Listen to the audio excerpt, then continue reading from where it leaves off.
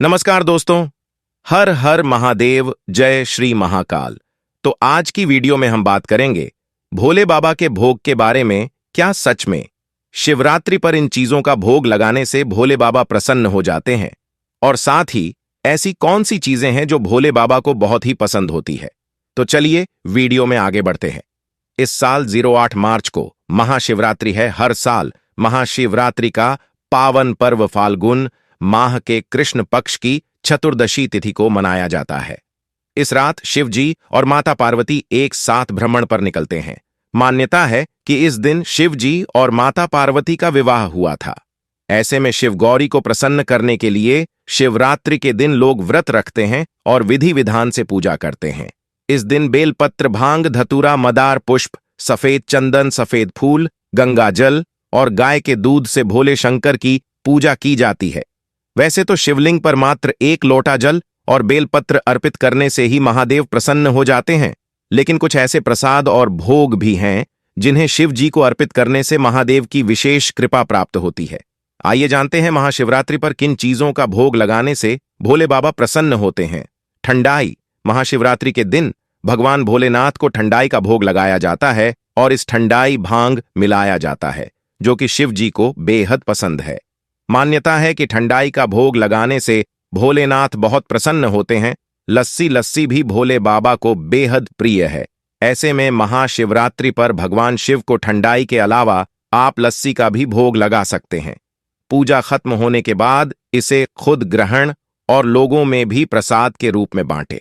हलवा। महाशिवरात्रि के पावन दिन भगवान शिव शंकर को हलवे का भोग लगाएं। ये हलवा आप कुट्टू के आटे का या फिर सूजी का बना सकते हैं। शिव जी को हलवे का भोग लगाने से वह बहुत खुश होते हैं और अपने भक्तों की सभी मनोकामनाएं पूरी करते हैं। भांग के पकौड़े। शिव शंभू को भांग अत्यंत प्रिय है।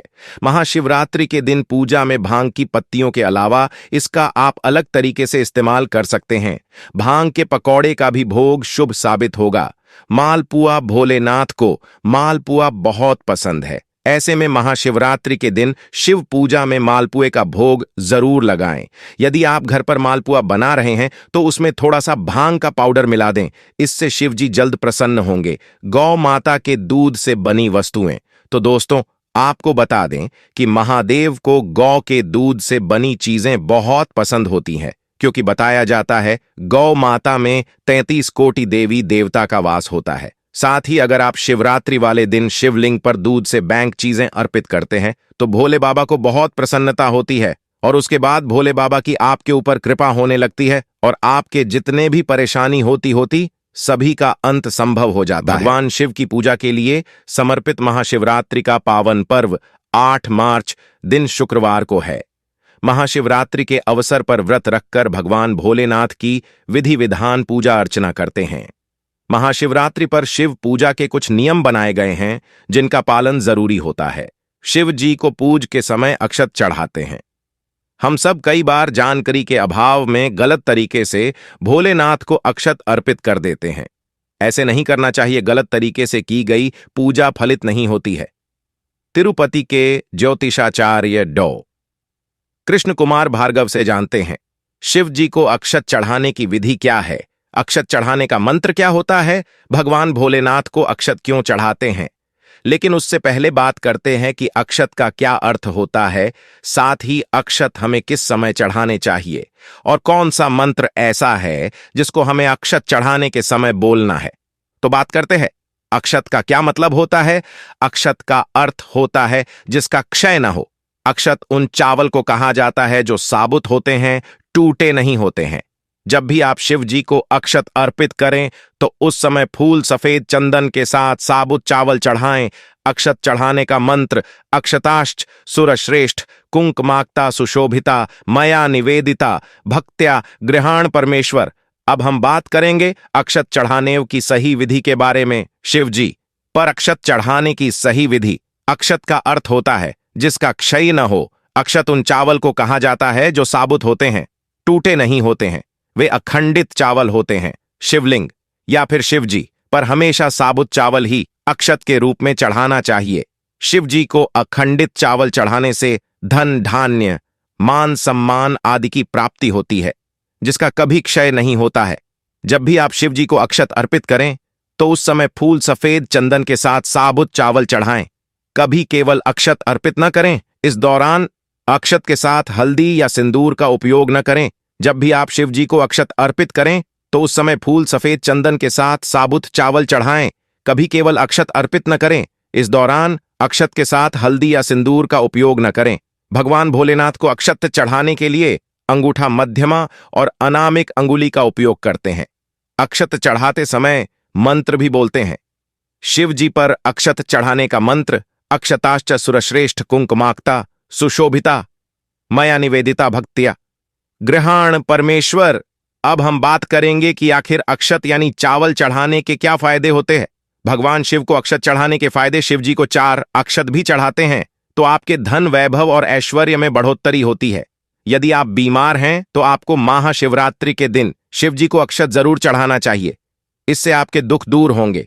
महादेव को अक्षत चढ़ाने से व्यक्ति के बुरे दिन खत्म होते हैं और उसके मेहनत का सकारात्मक फल प्राप्त होता है।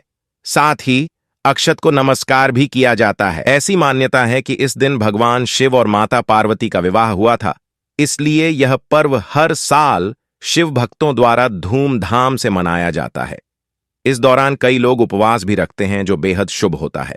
यह भी कहा जाता है कि इस दिन भगवान शिव पृथ्वी पर मौजूद सभी शिवलिंग में विराजमान होते हैं, इसलिए इस दिन की गई शिव की उपासना से कई गुना अधिक फल प्राप्त होता है। ऐसे में पूजा करने के अलावा दान करने का भी विशेष महत्व है।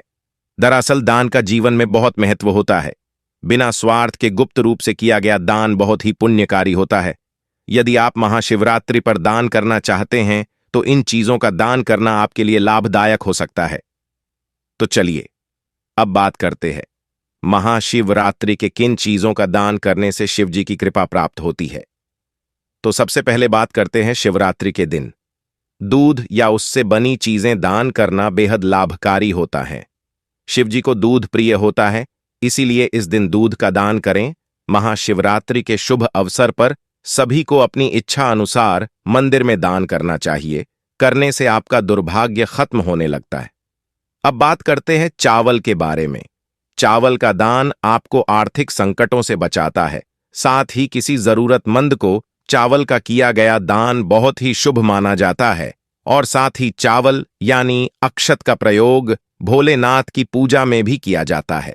तो अब आगे बात करते हैं चीनी का दान। तो दोस्तों आपको बता दें कि चीनी का दान शिवरात्रि के दिन महादान माना जाता है, क्योंकि आपको तो पता ही होगा कि चीनी गन्ने से बनती है और गन्ना माता पार्वती को बहुत ही प्रिय होती है।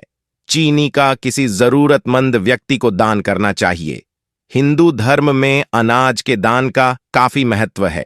आपको बता दें कि अनाज दान का मतलब है किसी भूखे को रोटी मिलना, और दुनिया में सबसे बड़ा धर्म होता है भूखे का पेट भरना। अन्नदान में गेहूं चावल का दान करना चाहिए।